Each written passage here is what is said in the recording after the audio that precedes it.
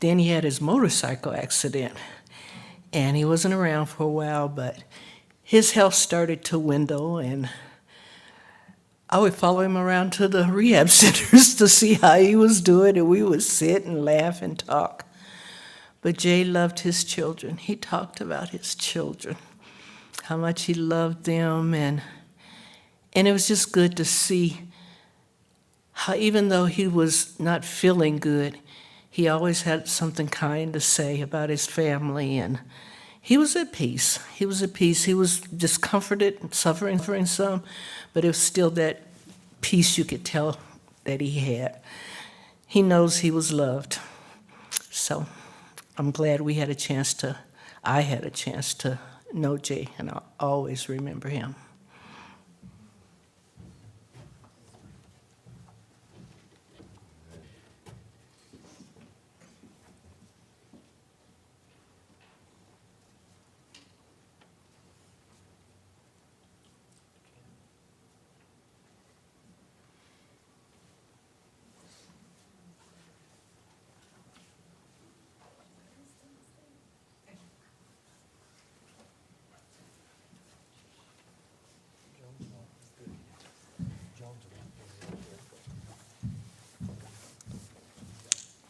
Hello, everyone. My name's Margaret Danford, and Jay was my brother-in-law. And I just remember him as someone who was there to help when we needed to organize a Passover at our congregation in Colorado Springs. And he brought members of your congregation down there to help us do that, and it just blessed all of us, and we wish we could continue that. But he also gave me my first CD of a messianic songs by Ted Pierce, and my grandkids learned how to sing Ine Go Elenu Hai by listening to that, and so we were always blessed, and that will always be part of me, and I'll remember that. So thank you all for coming and blessing us by being here.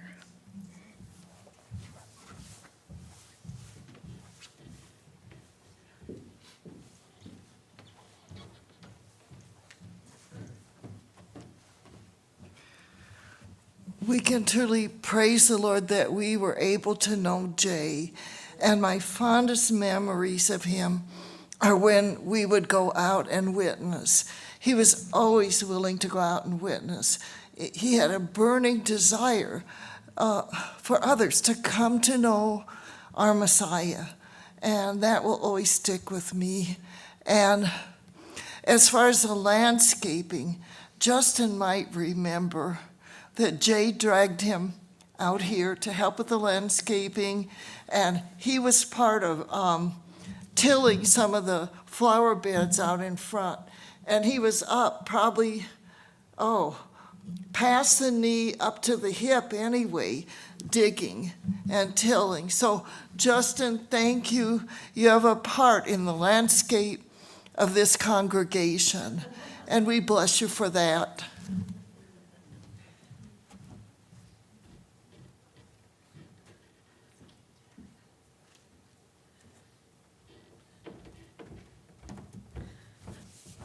My name is Stephanie Young, and I got a call in the office this last week from John Brand. Some of you might remember him. He was a member here many years ago, and his wife passed away from brain cancer probably at least 10 years ago. But before that, John and Jay had bonded over their favorite rock group, Rare Earth, maybe? Is that right?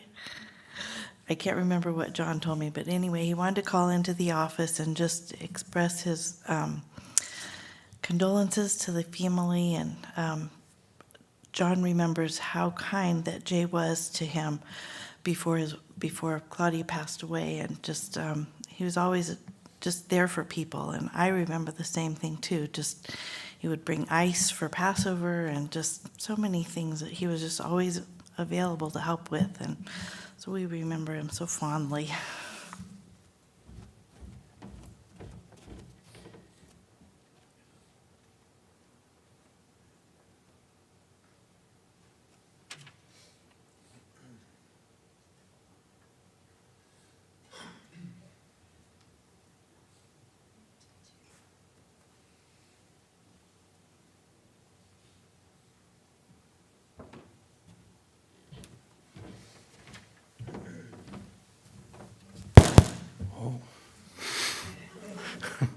My name's Joseph Granado. I grew up in this congregation, and Jay Danford is one of the pillars of this congregation for me. I don't really remember a time without him, and it's difficult to think of a future without him around. Even in these last days when he was only here sparingly as his health would allow, it was always such a joy to see him. As I reflect on who he was in my life, I think that he was a great symbol of meekness to me. Jay was a man of great strength of character and strength of arm, but he never abused that power that he had. He was always a man who was well controlled, as far as I could tell. You could tell when you shook Jay's hand that he had great strength, but he was always gentle. I'll always remember those moments of kindness and gentleness that I saw from a man with such great strength.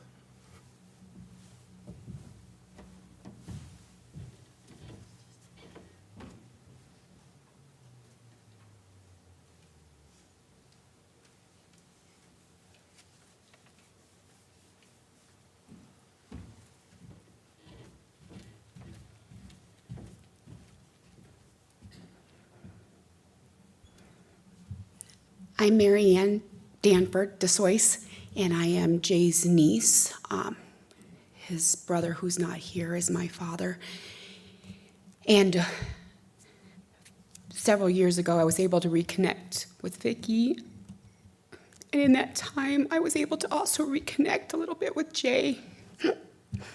And he allowed me to come to peace with the history that I've had with my biological father side of the family, and it really was something why I wanted to be here today, because he was allowed me to understand the family dynamic, asked me to give peace, and was allowed me to have that later in my life. So I really have appreciated the fact that I was able to get to know him and understand his kindness to me, and what he shared with me allowed me to move past some history. So I will miss the conversations I got to have with him later. When I was younger, I remember him being very silly. So I do remember that, and I remember Justin and Kaylee being very little. So it has been an honor later in life for him to give me that peace, and I am here today to put that to bed, and he asked me to do that, and I am. So I love him for that.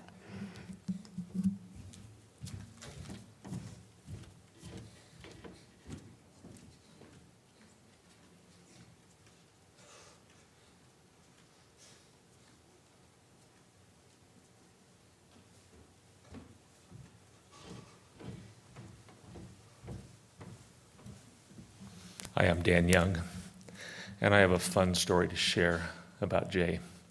He came in one Shabbat morning, and during Oneg time, he had this huge box of pocket knives, all sizes, shapes, whatever. And he was just giving them out.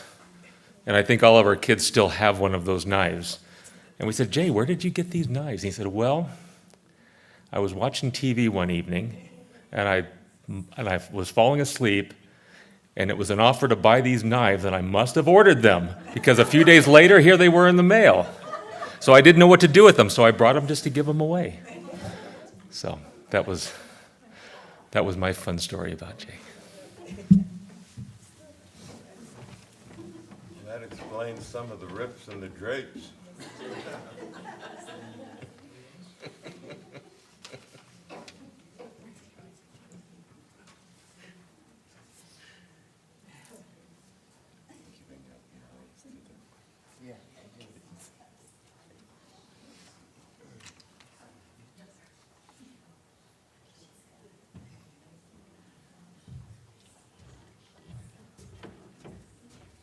Sorry, this is about as fast as I can move. It's kind of on a lighter note, I guess. Jay was my brother-in-law. We spent many adventures out fishing. And I remember they had a dog by the name of Robiak. It was a big dog, and I think it was up at 11 Mile Reservoir. And it was a full moonlit night. And we're walking down there, and there's a big old something out there off to one side. And Jason grabbed a flashlight and shined it over there. Well, shoot, it wasn't moving. Well, it was a trash can. And he was a little afraid that it was a bear, but well, we got down there and we're fishing away, and we had an aerobiac tied off to this rock. And, you walked up the rocky bank a ways, and then you hit onto the flat out there in the grass. And the aerobiac starts growling. And we kept telling him, it's just settle down, it's all right, it's all right. And the next thing you know, that dog, he starts to growl, and he takes off, and he broke his chain. And he runs up that rocky hill, gets up there in the grass, and of course, Jay and I are out there chasing the dog. And we get up there, and you could look out there in the moonlight, and it looked like a bear out there. And the aerobiac's running straight at it. And he hits that son of a gun, and it rolls. And the aerobiac made a big circle and came back around it. Jay and I both are still running right towards it, hollered and trying to spook it off, whatever it was. Well, long story short, it was probably the biggest skunk on the planet. And Jay and I were the only two that come back smelling like a skunk. That dog rolled that thing around out in the grass and come back smelling like a rose, but we didn't. Yeah, that was just one of our many adventures. I just thought I'd share it. I miss him. Sure do.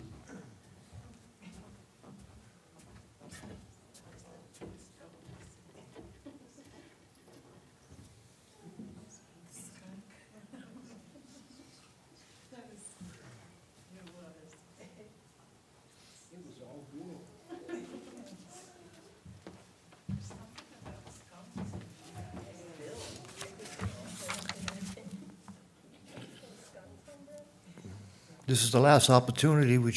Anybody else like to come up and share? Jay was such a great friend. For the record, since we're making a copy of this, I want to go ahead and read the obituary. J. William Danford was born July 15th, 1951, the youngest child of 3 boys to the late Robert and Ruth Danford in Colorado Springs, Colorado. Jay attended Billy Mitchell High School in his hometown. In 1969, Jay joined the United States Army. In his time of service, he completed a tour in Vietnam. As his friend and pastor Burt Yellen said, Jay survived Vietnam, only to succumb to Vietnam many decades later. Agent Orange and other defoliants took their toll. Jay and Vicki met at a concert via a mutual friend. In 1979, Jay married Vicki Hardy, her maiden name, and they relocated to Denver, Colorado. They were blessed with 2 beautiful children, Justin Drew and Kaylee Alexandra. Jay was an excellent manual draftsman and did that for a living until drafting became computerized. He finished his working years at Buckley Air Force Base in the Outdoor Recreation Department. Jay loved his Denver Broncos, fishing, gardening, painting, woodworking, and above all, sharing the gospel. For years, he participated with his church ministry every Saturday night, feeding the homeless and evangelizing to non-believers. Jay was a resident of the Colorado State Veterans Home. At the age of 73, Jay Danford entered into eternal rest on September 12th, 2024. Jay leaves to cherish his memory his children Justin Danford and Kaylee Danford of Aurora, Colorado, his brothers Robert Danford of Colorado Springs, Colorado, and Norman Danford of Huntsville, Alabama, and Bill Hardy of Delta, Colorado, and his ex-wife, his former wife, Vicki Hardy of Aurora, Colorado. He also leaves behind numerous nieces and nephews and many close friends. Jay is preceded in death by both of his parents, Robert and Ruth Danford. So I've got a couple things to say, pretty similar to what everybody else has said before. Everybody had different experiences with Jay because he was so multifaceted, whether it's Mike and because Jay lived out there on the farm, the Bible studies we'd go to at Jones. Where is Joan?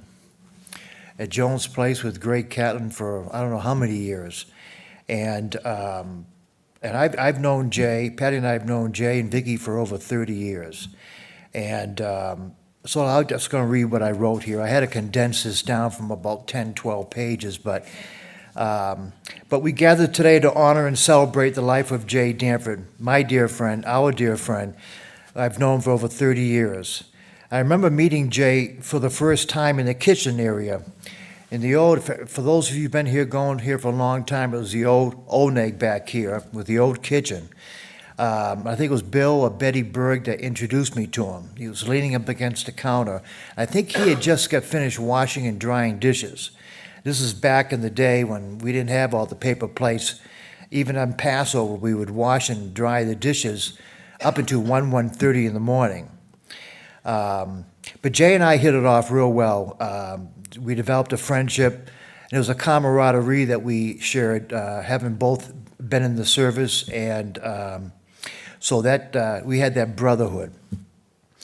One of the strongest bonds I mentioned was the military service. Jay was a Vietnam vet, and that exposure to Agent Orange really devastated him. We often talked about experiences in the Army, and though we served in different times and places, we understood each other in a way fellow soldiers can. His strength, though, in the face of adversity was something I admired deeply about him. Despite the physical challenges he faced, Jay never allowed his circumstances to define him. He pressed on with a spirit that was unwavering, always ready to give and to serve. Jay was a servant. Jay's talents, my goodness, were as diverse as his heart was generous. Like his father, who was an incredible artist, Jay also had that talent, and he was very creative, and his creativity shone through everything he did. He was multi-talented, whether he was drawing, painting, or engaging in one of his many hobbies.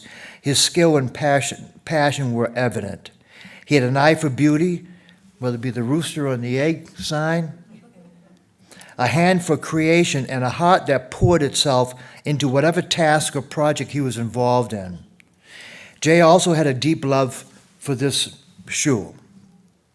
He would spend time helping out here, always willing to lend his hands and his heart to serve this community and the community at large.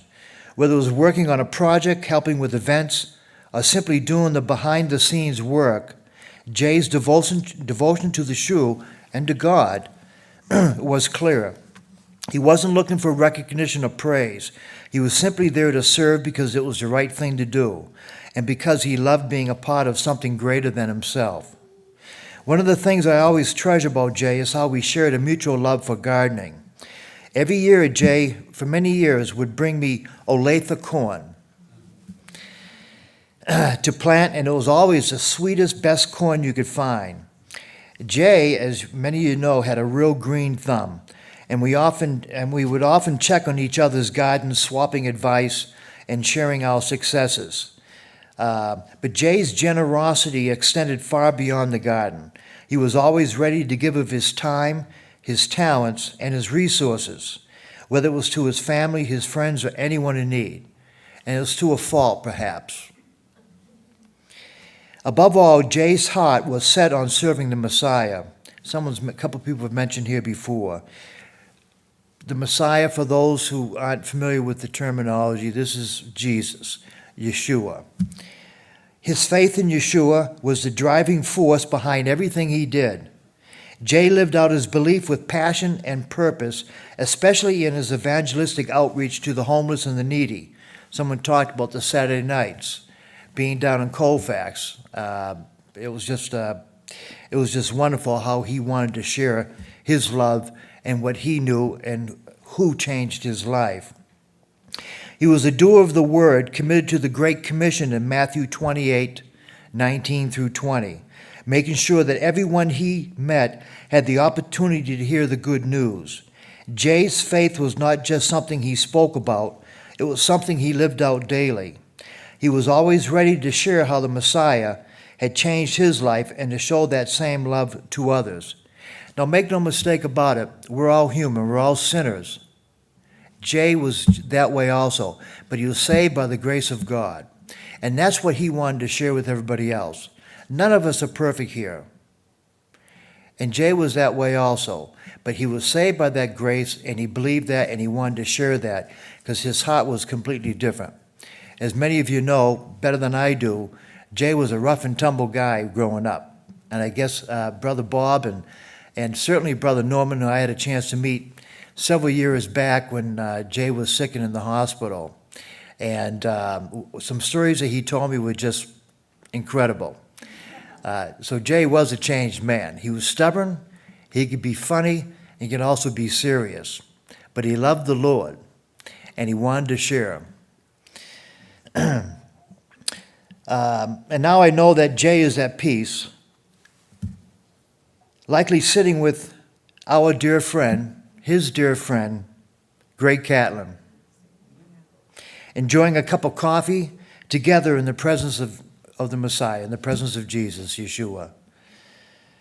Greg might have just made some bread too, probably breaking bread.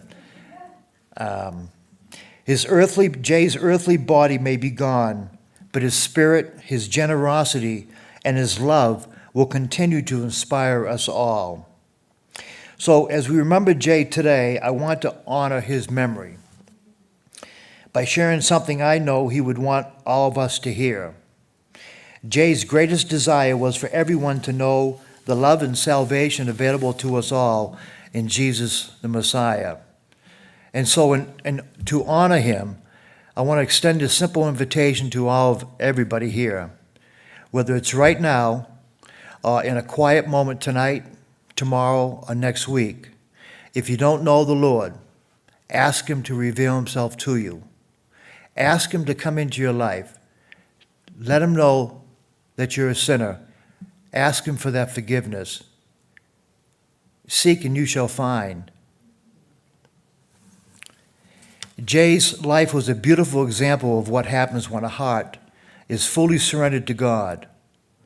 I believe he would want each of us to experience that same love, peace, and transformation. Jay wasn't perfect, and neither am I or anyone else. So, in closing, I want to share a refrain from a song that Jay and you would often hear if you were walking by the Oneg, the kitchen where we did the dishes. Jay and even when we're going out shooting at Bert's house or working on my car or working on his car, there were some songs that we would sing. And we didn't know all the verses or anything, but we'd sing the refrains or the parts that we did know. So it's a song by George Beverly Shea, who was with the Billy Graham Association. Everybody's heard his voice. He's got this deep bass voice. And Jay and I would share some of these verses. But I just want to read this real quick. This is the lyrics, and then I'll sing a little bit of the refrain at the end. It goes, and this is about trials and tribulations in life that we all have. And the blood they're talking about here is the blood of Christ. And Jay wanted everybody to know that. And it's through his blood. In shady green pastures so rich and so sweet, God leads his dear children along. Where the water's cool flow bathes the weary one's feet, God leads his dear children along. Some through the water, some through the flood, some through the fire, but all through the blood, and some through great sorrow, but God gives a song in the night season and all the day long. Sometimes on the mount, where the sun shines so bright, God leads his dear children along. Sometimes in the valley, in darkest of night, God leads his dear children along. Though sorrows befall us and Satan oppose, God leads his dear children along. Through grace we can conquer, defeat all our foes. God leads his dear children along. So here's a refrain that we would sing. Some through the waters, some through the flood, some through the fire, but all through the blood. Some through great sorrow, but God gives the song in the night season and all the day long.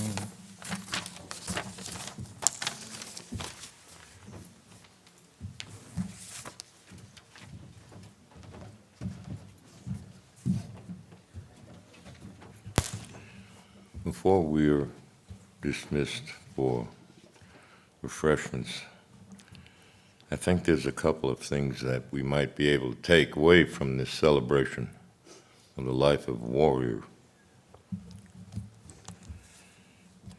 First, every opportunity you can get to share the name of the Lord, take it.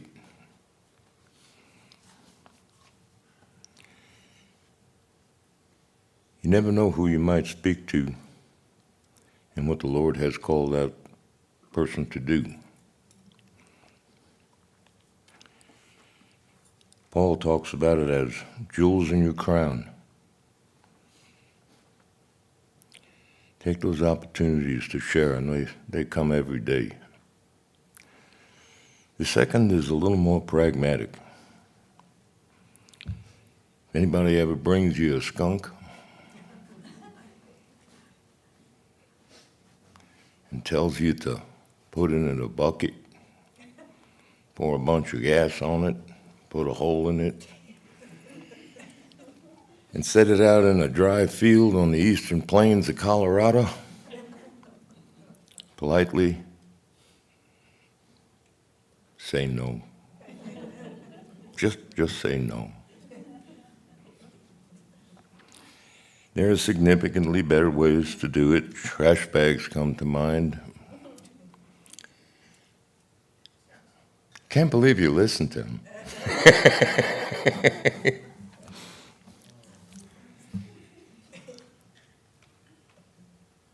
This is a celebration of a life lived well.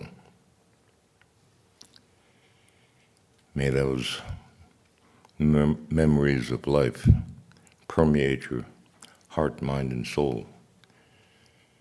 Not as death, for Jay is now where we all want to be, in the hand of the Lord. God bless you. Go eat. You're all too thin.